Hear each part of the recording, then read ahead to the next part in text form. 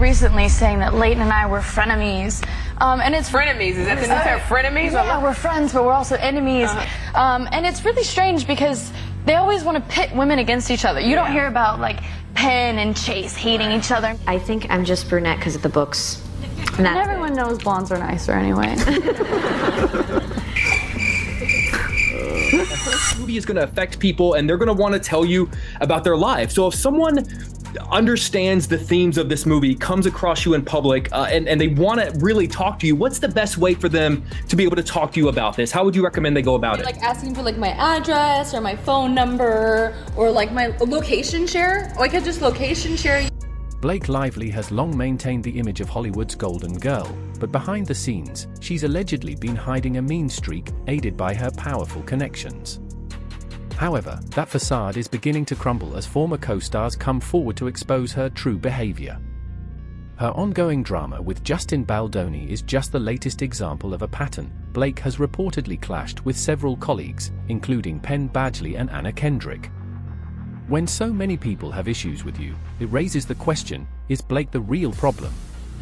Known for being difficult, petty, and sometimes downright mean, Blake has still managed to avoid major scrutiny, thanks in part to her high-profile marriage to Ryan Reynolds and close friendship with influential figures like Taylor Swift. But with more voices speaking out, it seems her reign as Hollywood's untouchable star might finally be coming to an end. My parents had paid the show choir director to put me in the choir because I can't sing or dance to save my life. But you were lead in that choir, I went in there, I was like, I'm supposed to be in this choir. Yeah, I was very like passionate, and you know, they put me in the choir. Were you a high school actress? No, I was in show choir. Glee is based on my high school, so it was it was so much fun. If I could be professionally in show choir for a living, I would, but I can't sing or dance.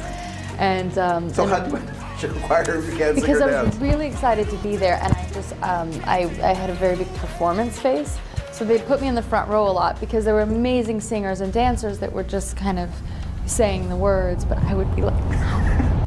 Blake Lively has crafted an image of being the devoted wife, caring mother of four, loyal best friend, and Hollywood's golden girl with a picture-perfect smile.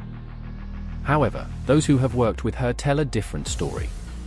Many former colleagues claim Blake has a history of sabotaging careers and stealing the spotlight for herself, painting a much darker picture of her off-screen persona.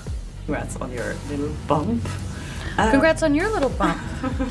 What about my bump?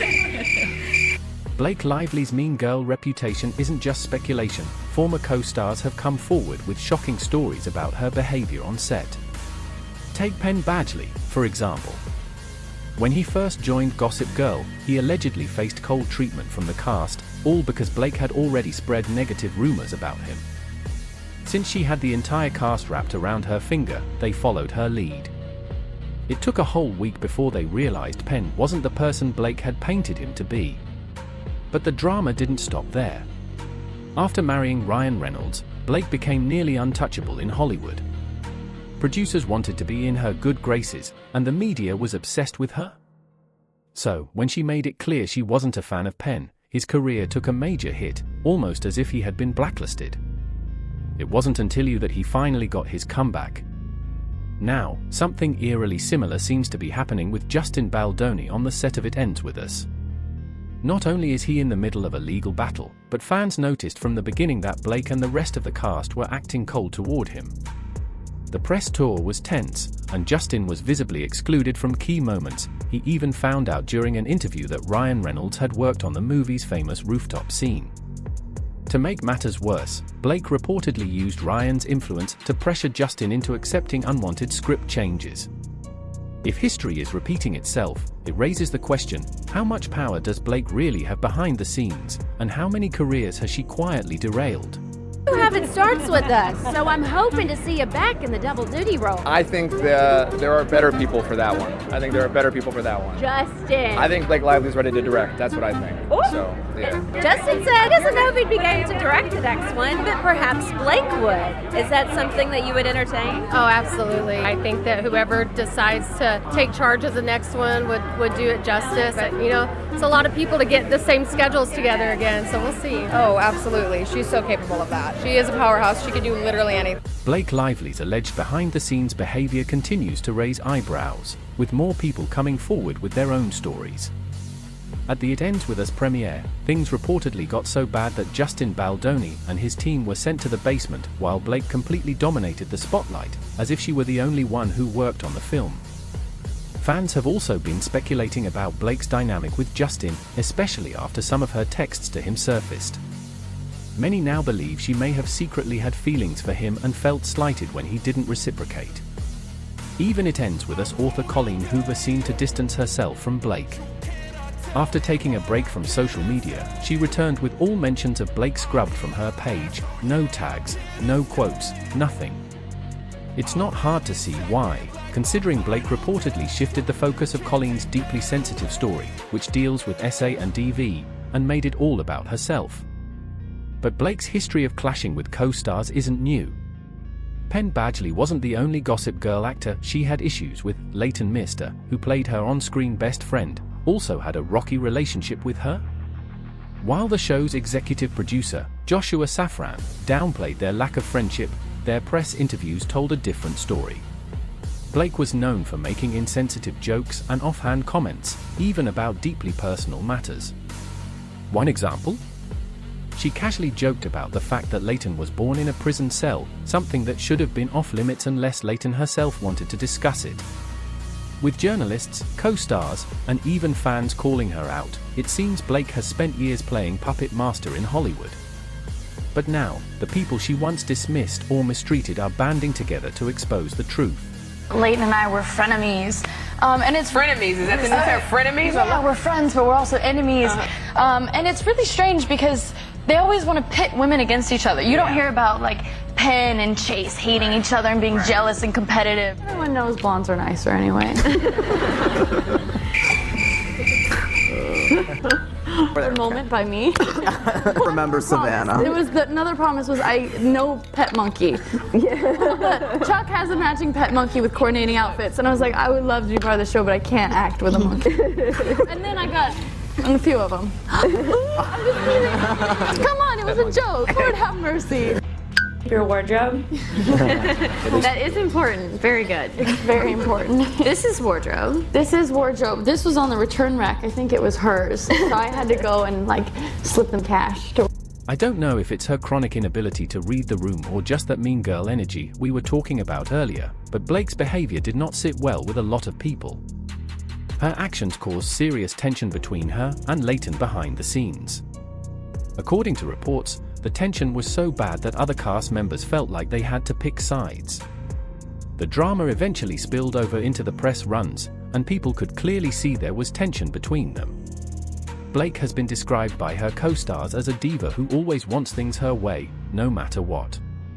And nobody knows this better than Armie Hammer, who was also on Gossip Girl. In an interview with Andy Cohen, Armie hinted that Blake was difficult to work with and was the reason he had to leave the show earlier than planned. He tried to keep it diplomatic, but you could tell he was traumatized by his experience working with her. Question for Armie, on Gossip Girl, who was the biggest diva on set? Biggest diva on set of Gossip Girl. You can say it because it's so far away from where you are now. That show's over. I suggest that you do not pass on another question. Thank you, Chelsea. I wish I could take all of my passes back and use them all right now. Yeah.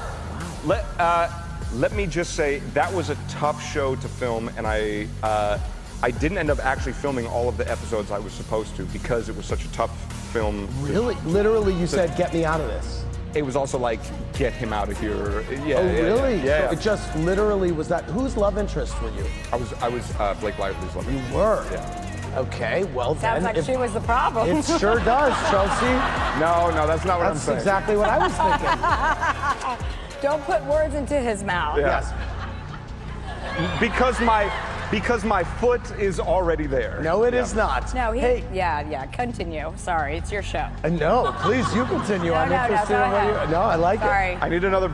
As dramatic as that sounds, it's nothing compared to the drama between Blake and Anna Kendrick, who were co-stars in the 2018 thriller A Simple Favor.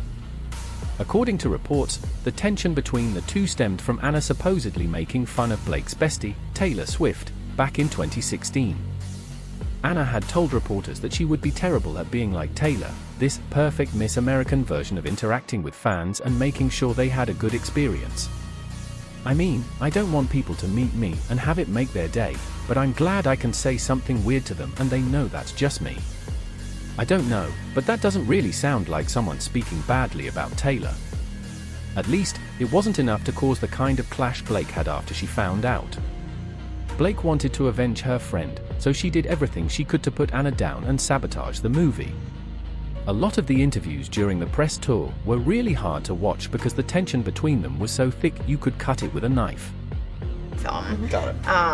And, you know, and thought she seemed nice, and little did I know. Yeah.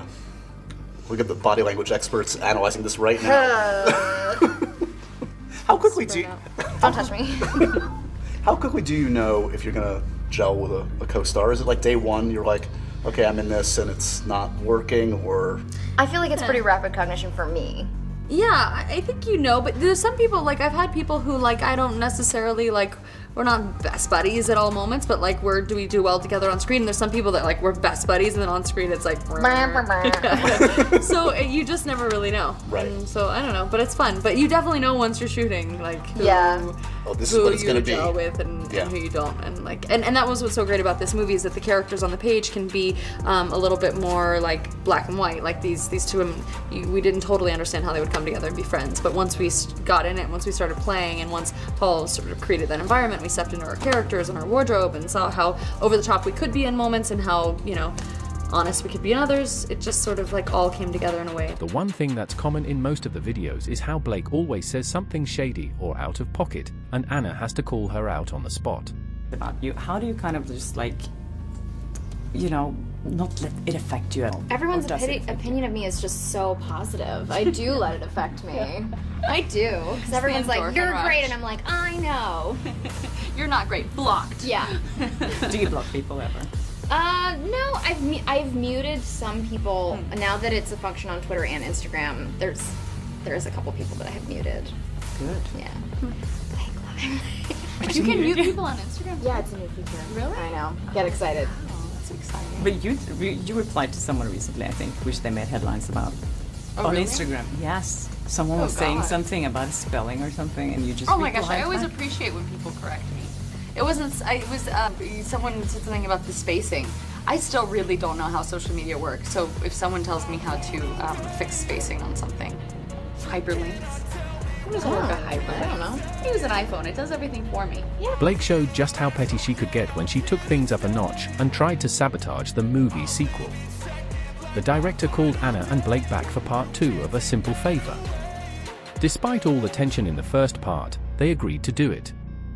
However, everything turned upside down when Blake refused to do any promo for the movie.